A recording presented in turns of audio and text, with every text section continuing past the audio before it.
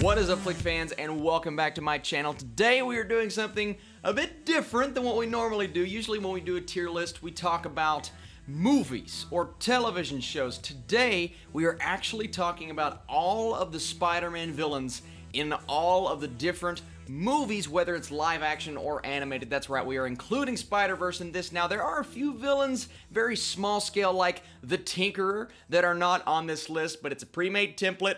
I searched it out, I found it. It doesn't actually have Mysterio included, but with editing magic, we are going to include that on this list. Of course, we will save him for last, but right now, let's get into this villain tier list. As always, this is just my opinion. Nothing I say here is concrete. I may put a villain on the awful tier that you think is the best villain in the Spider-Man universe, but I need you guys to comment down below. Who is your favorite Spider-Man villain and why? I would love to start a discussion in the comments. And if you enjoy this kind of tier list, I know it's a bit different, hit that thumbs up button, and I may actually do a hero-centric tier list very soon and broaden it to the MCU. Okay, enough talking. Let's start out, and this template is organized very nicely, actually. It goes from the Raimi movies to the Mark Webb movies to Homecoming, then to Into the Spider-Verse, and of course we'll put Mysterio at the end. So we start with the OG, the first ever live action Spider-Man villain, and this is Norman Osborn, aka Green Goblin, played by Willem Dafoe. And I know nostalgia has a lot to do with me loving this villain as much as I do, because I grew up with this movie. This movie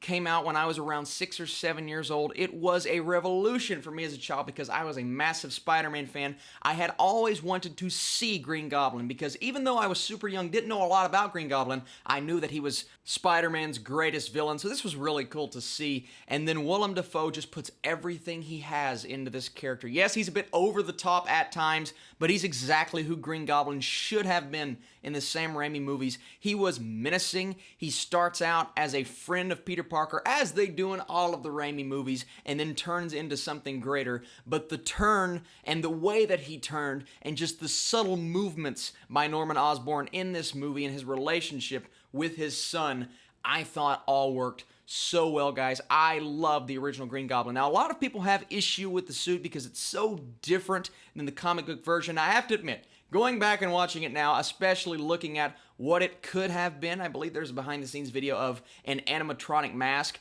where the mouth actually moves instead of just staying like that. Would have been maybe a bit cooler. The suit could have been worked on a bit, but as a villain, I think Norman Osborn is great, and that's why I'm putting him on the great tier. Now, you saw me scroll up and reveal an awesome tier. I wasn't planning on keeping that a secret because I knew the second villain we get to is the first villain on the awesome tier. Spider-Man has a fantastic set of villains, and really every franchise we've gotten thus far has delivered for the most part in terms of villains, and I believe Spider-Man 2 holds one of the greatest Spider-Man villains on screen of all time. Alfred Molina plays Doc Ock as well as anyone could have played him. He is fantastic as a villain. Everything about him, from his demeanor to the likability at the beginning of the movie to the turn to the death of his wife, you can tell how much he loves her, and then once she dies, he goes under, mostly because he's being controlled by the arms attached to his body, but a lot of that has to do with the love lost in that relationship, and I think Alfred Molina as this character is everything you want in a Spider-Man villain.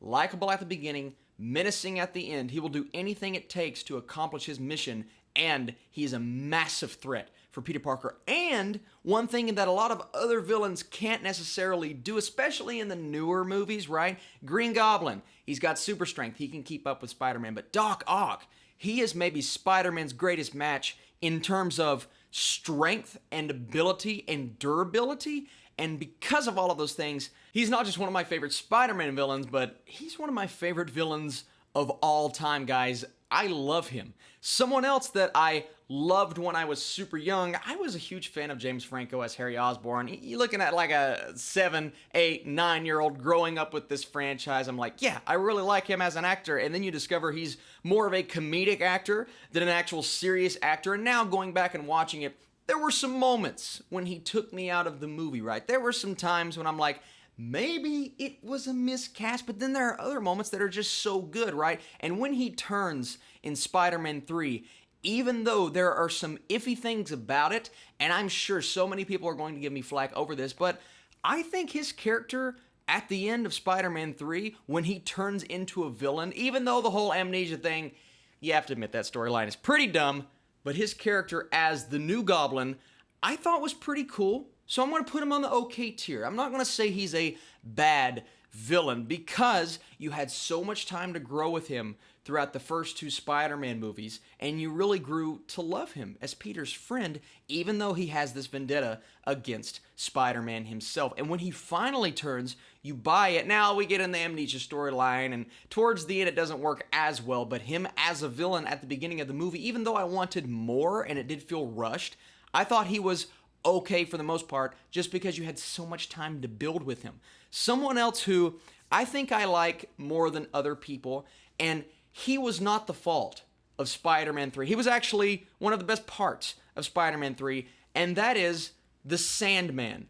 And I'm actually going to shock some people. I'm going to put the Sandman on the good tier. And this is not me placing Spider-Man 3 on the good tier. Clearly, this is just the fact that Sandman had a great story to him. You buy where he came from, you buy the turn, and you understand why he is just in pain this entire time. Now, the entire Uncle Ben thing, it did feel a bit forced, but you still, even with that plot line adding so much into that story, you still buy him because of the performance and because of the way he interacts with Peter. And I will admit, when he attacks Peter towards the beginning of the movie, it's cool. The Sandman is a cool villain. It was bogged down by so many story elements that just did not belong in this movie. And we'll get into one here in just a second. But the Sandman, I thought, was a pretty good villain. He's not the reason why this movie falls flat. One of the reasons why this movie falls flat, in my opinion, is Topher Grace as Venom. And yeah, he's on the bad tier, and I hate to do that because I enjoy Topher Grace as an actor, especially nowadays. He's been in so many great movies over the last few months.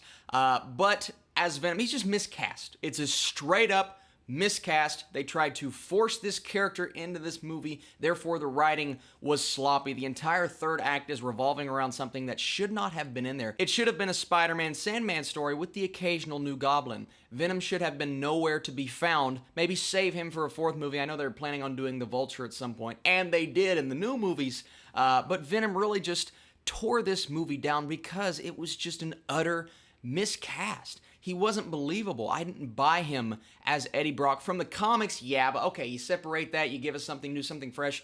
This wasn't really new, it wasn't fresh, it wasn't entertaining. Spider-Man 3 is a bit messy, I think, because of the Venom storyline and because of Topher Grace, but I don't fault Topher Grace. I fault the studio for trying to shoehorn that character in the movie, and because of that, he's on the bad tier. Now we move on to the Mark Webb Spider-Man movies, and we start out with the Lizard. And you know, I have not a love-hate relationship with the Lizard, but I enjoy the character of the Lizard. In this movie, he doesn't work, I think, as well as the filmmakers intended on him working, because starts out in the same vein of the Raimi movies. It's one of Peter's good friends. It's one of Peter's mentors. I wanted to see the Lizard play out in the first set of Spider-Man movies because they were building up that character. But okay, you have him in this film, and I thought he was portrayed okay. I thought some of the action scenes were pretty good, pretty entertaining, but the third act just gets so kind of, all right, why is he doing this? Why is he wanting to turn everyone into lizards? And some of the motivations fell a bit flat for me. I can't sit here and say he was a bad villain because he was one of the reasons why I think The Amazing Spider-Man works kind of well with the villain storyline. So I'm actually going to place him on the okay tier, but I think the Lizard could have been much better than he actually turned out to be. Bit underwhelming, but overall, I enjoyed his presence, and I like the fact that we have a Spider-Man movie with the Lizard in it. Now, here's a very interesting conversation for me, because when I first saw Jamie Foxx as Electro the first time I watched Amazing Spider-Man 2, I didn't have a major issue with him. Yes, he reminded me of Jim Carrey's Riddler in Batman Forever. Yes, he provided some odd motivations for the character, and yes, he was absolutely over the top, but I didn't hate him. But the more I think about it, and going back and giving that movie a rewatch, his character is just kind of ridiculous and kind of annoying. And I think the way that Jamie Foxx portrayed this, and I'm not going to sit here and blame him, once again, it could have been the direction, it could have been the studio saying, hey, you got to act this really creepy and weird way. I'm actually going to put Electro on the bad tier because I think Amazing Spider-Man 2 is kind of a bad movie. And I think one of the reasons why is because of the amount of villains. The same case with Spider-Man 3. But then you have an Electro who just didn't do it for me. Didn't do it for me at all. It's a movie full of bad villains. I think you have to start with Electro because he's the guy in the poster. And now we go to what I believe to be, well, this is just such an underwhelming choice because it's so obvious. This is the worst villain we have seen in a Spider-Man movie. Yes, we got 10 seconds of him. Yes, he's played by Paul Giamatti, who is a great actor. But what the heck was he doing in this movie? What are you doing, man? Your accent is ridiculous. The Rhino, it looks stupid. I mean, sure, it's similar, but the CGI mixed with, I guess, the practicality on the close-up shots, what are you doing? And then you barely put him in the movie. You build up to him at the beginning, and then he goes, and then he comes back. And the final shot of the film, first off, was spoiled in the trailer, and second of all, was Spider-Man fighting this really weird rhino creature. I want to see the OG Rhino. I want to see the big old dude dressed in a... Now, we're not going to get the Rhino for, I think, a while because he was botched so bad in this movie. But I don't understand why this was the decision to go with for the Rhino. I also don't understand why this was the decision to go with for Harry Osborn. Now, I get it, you want to do something a bit different. You put Harry Osborn as the Green Goblin. You have his storyline with his father and the growth on his neck and all this stuff. But he was barely used in this movie. And when he finally turns into the Green Goblin, the scene is great. When he is chasing Peter and he does the thing, he kills Gwen Stacy. And because of what he did to Peter's love, the love of his life, and the implications that had for the story, I can't quite put him on the bad tier, even though he was nowhere near as fleshed out as he should have been. I'm actually going to put him on the meh tier, because I just think he's a meh character. He should have been a better Green Goblin, because I love the actor. I love Dane DeHaan, and I love everything that he represents as an intense and dark actor, but the writing for his character is what I took issue with. And at the end of the day, I just look at it and I go, yeah, he was good. Now, what he did to Gwen Stacy, I thought was great. One of the best parts of that movie, but there's all of this other stuff happening. You have to take that into account, and that's why that movie's so messy for me. But overall, that version of Green Goblin was a bit underwhelming. Now we move on to Michael Keaton's Vulture, who I just love. I think the Vulture is one of the best villains in the MCU so far because he's this down-to-earth, blue-collar guy. He's just doing what he believes takes him and his family into the right place, makes them money, and allows them to survive this crazy world with all of these superheroes. You believe his motivations, and because you believe in his motivations, it turns him into a great villain when he has to do what he has to do to Peter Parker. And one of the best scenes in that movie, and I believe any Spider-Man movie so far, is when he discovers who Spider-Man is in that car ride. The menacing just growl in his voice is frankly horrifying, especially when you think of what position Peter is in that moment, sitting there with Liz like, oh my God, how did I get here? How am I so unlucky? But Michael Keaton is incredible as the Vulture, and I'm actually going to put him on the same tier that I have Doc Ock. I think he's awesome. I think he's one of the best villains we've ever seen in a Spider-Man movie. The only thing I was lacking, comparing that to Doc Ock, was a great action scene. We got good action scenes. We didn't get a great one, but he's still out there. We still have the chance to get a Sinister Six, possibly, and a great action scene with the Vulture. Now we move on to technically the second iteration of the Shocker. The first one's not on this pre-made template. But you know what? I really like this actor. I think he's menacing. I believe he's in Fargo, and he is so good in that show. I wanted a lot more from Shocker than what I actually got. I think he could have been a great villain, but they didn't really focus on him. He didn't have anything to do. He's just kind of there. The only scene that's really memorable to me, other than him being in the background the entire movie, is at the end when they come outside and he's beating up the buses. That was really cool, but he's barely in the movie. And because of that, I'm actually going to put him on the meh tier, just because I think he's a bit underwhelming as a villain.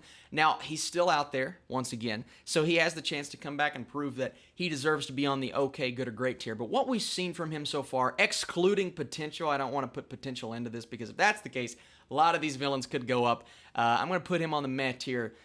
Pretty underwhelming, but you know what? He was a supporting villain. He didn't have to be the best. That was Michael Keaton's role in that movie. Now we get the Green Goblin, or Norman Osborn, from Into the Spider-Verse. I know that's kind of a confusing picture. I was like, who is that again? Oh, yeah. You know what? This is another villain that had a lot of potential, right? A bit more screen time than the Shocker in Spider-Man Homecoming, because you have that entire fight sequence at the beginning, which was awesome. You don't know his motivation, you don't know why they're fighting, but you know Spider-Man, Green Goblin, they hate each other. That's the battle that's been going on clearly for years with Chris Pine's Spider-Man in that movie. So because of that, I thought that moment was awesome. In the grand scheme of things, he does not have a role in this movie, but in terms of design, the implications of that one scene, and that fight, which was great, I'm going to put this on the okay tier, because I think that Green Goblin showed that he had a lot of potential, and he showed that he could be a great villain. And now we circle back to just one of the reasons why Into the Spider-Verse worked so much, and I have to admit, one of my few issues walking out of that movie for the first time, and I'm going to be completely transparent with you guys, was not the Kingpin as the character, was just kind of the lack of motivation. I get it, he had to do what he had to do for his family, but I wanted that storyline to be fleshed out a bit more. Upon rewatch after rewatch after rewatch, it's one of my favorite movies, I buy his motivation a lot more, and I truly think Kingpin is a great villain. I can't quite put him on the awesome tier, because the movie clearly focuses on the Spider-Man, the Spider-Verses, and it focuses on all of those characters, and they are the reason why we are there. It doesn't have to focus on the villain, and I understand that, but I think Kingpin is just... the guy is menacing. He's what they wanted him to be in the comic books. They wanted him to be this menacing, imposing figure, and they drew him in a way that makes him bigger than everyone else. And they went with that. In this movie, they didn't say, oh, we're going to scale him down to size. We're going to make him human. No, this is a comic book come to life. Of course you're going to scale him how they would scale him in the comic books. And Liv Schreiber was just really good in this movie, and I bought every second of him. Now we go to Tombstone, who is on this template. Frankly, I forgot he was in the movie. And here's what I'll say about Tombstone. The focus, you always have to take into account the focus of a character. Was he supposed to be a main player in this movie? No. And because of that, he wasn't super progressively annoying like some of the characters on the bad and the awful tier. But was he utilized to his full potential? I want to say no. But like I said, there's so many things to focus on in that movie. If they would have spent 5 more minutes on this character, it may have been too much. So while I think he was utilized fairly well, I do think Tombstone was just a meh character, because he was a guy in the background. He did what he had to do. A few fight scenes here and there, but he didn't overstay his welcome, and I like that. I like how they didn't focus on him, because there were so many things in this movie to look at and to pay attention to. And the same goes with Scorpion. This design for Scorpion, some are going to say it's too cartoony, some are going to say it's too much. I think this design is awesome. I love the route that they went with this character. I think the fight scenes with him are fantastic. I think this character in general is really cool. Once again, was he the focus of the movie? No, he was not the focus of the film. But he was just a really cool character to look at. The battles were great. He was an imposing figure for Spider-Man, and he provided for some kind of funny moments towards the middle there. So I'm going to put the Scorpion on the okay tier. Didn't do too much, didn't do too little. He was there when he needed to be there, but did not stand out as a main player or a main villain. A villain that I loved in this movie was the Prowler. I thought the Prowler was fantastic. Aaron Davis, his uncle, turned out to be one of the better villains in any of these movies. He is truly one that I'm going to remember for a long time. The turn, the implication that his death had on Peter Parker, it's kind of that Uncle Ben storyline for Miles Morales. It is a great origin. It allowed him to accept himself and push himself towards the end. We see him come back. He is Spider-Man, but he's also just really menacing. Like when he's running towards Miles Morales at the beginning of the movie, I think his score is one of the best scores I've ever heard in a Spider-Man movie, live action or animated, and just the way he moves and the way he looks was all so great. I loved his character, and being voiced by Mahershala Ali, it does not hurt. So I'm actually going to put the Prowler on the great tier, man. What a great character for Spider-Man. And another character who worked super well for me was this version, this iteration of Doc Ock. She was so good. Kathryn Hahn comes in to voice this character, and Kathryn Hahn, you know her. She's known for comedy. She's not known for her serious take, and she provided some great comedy in this movie, but she also provided a very menacing Doc Ock. I mean, she was really good in this movie. And this character, the turn, you don't anticipate her to be Doc Ock. You don't expect those arms to come out. But when it happens, you're like, oh, this is something that I didn't expect. This is really cool. And you know what? I was actually planning on putting her on the good tier. But the more I think about her character and what she represented, she didn't do as much as I think we wanted her to do. But that's because she was so good as the character. I want to see more from her. I'm going to put her on the great tier. I mean, Spider-Verse clearly is full of great villains, and they did not overshadow each other. They didn't do too much here, too much there. It's like the perfect amount. Matt Reeves' Batman movie. Look at this and focus on what they did with their villains, because this new Batman movie, there are going to be a lot of villains. There's rumors to be the Riddler and the Penguin and Catwoman and Firefly. Look how this film juggled all of its villains. It did it in a perfect way. Not too much here, not too much there. The perfect amount of villains, but we still focused on the heroes, and I think Spider-Verse is one of the best cases to look at and say, here's how you do it. Let's copy this formula, this recipe, and don't overdo it in certain regards. And yeah, guys, I know it's a little much. Okay, you think really all of those characters are great, but I truly do. But we still have one more character to talk about, and that is the brand new character of Mysterio, played by Jake Gyllenhaal in Far From Home. And don't worry, I will not spoil anything, but at this point, you kind of know Mysterio is a villain in Spider-Man Far From Home, right? Am I spoiling that? Because they're not going to make Mysterio a hero. Now, I'm not going to say what happens, how it happens. All I'm going to say is Mysterio is a villain to Spider-Man. But oh my goodness, Jake Gyllenhaal as this character. He's got the audience and the characters and Spider-Man on his little silver platter, and he's just going to do with them whatever he wants to do. I will just talk about the performance from Jake Gyllenhaal. He is manipulative. He is wonderfully just sly and icky when he has to be, but you love it because he's so good. He really took his character from Nightcrawler, and he implemented a lot of those elements into Mysterio, but he's also likable. You like the guy. You understand the guy. It's the same case with Michael Keaton. You understand why he does what he does, whatever he does, without spoiling anything. See, Spider-Man, he loves a good physical challenge, but when it comes to a mental challenge, those can take him down just as easily as a physical challenge. And the sequences in this film are some of the best and coolest sequences I've ever seen in a Spider-Man movie. The only issue I have with Mysterio is what happens at the end, I thought happened very fast, and you don't get enough of that specific payoff. That's all I'm going to say. But overall, Mysterio is awesome. And once again, if you don't know Mysterio is going to be a villain, I don't know what to tell you, man. It's a Spider-Man movie. Spider-Man's villain. They're not going to turn him into a healer. If they did that, it would be just as bad as one of the twists in Iron Man 3, which is a very similar twist to what happens in this movie. But if they made Mysterio full-on hero, you're just going to be like, what are they doing to this character? They're completely botching it and taking it away from what it needs to be, which is Mysterio as a villain. Once again, trying not to spoil things, but Mysterio for me belongs on the awesome tier, because I think he's an awesome villain. Only seen the movie once, but I truly think he belongs there. Thank you guys so much for watching this video. This was a lot of fun. I truly appreciate you guys following along with me on this tier list. I want to know, what tier list do you want to see me do next? Do you want it to be a movie tier list, something related to the MCU? I was thinking about doing maybe MCU heroes or MCU villains in terms of overall scale. I know I did an Avengers Endgame one, but I just want to know what you guys want to see. I appreciate everything. My MCU countdown and updated ranking is coming very soon, along with so many more things on Netflix. Stranger Things Season 3, that's coming soon as well. You guys are the best, and I'll see you very soon.